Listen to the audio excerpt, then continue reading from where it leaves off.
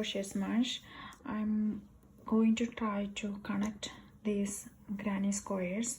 I made 4 of them so I can create a diamond pattern in the center. Then I'm going to make a cushion cover using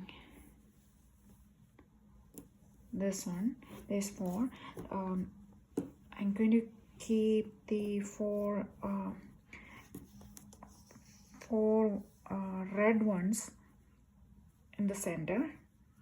Then I'm going to make white background.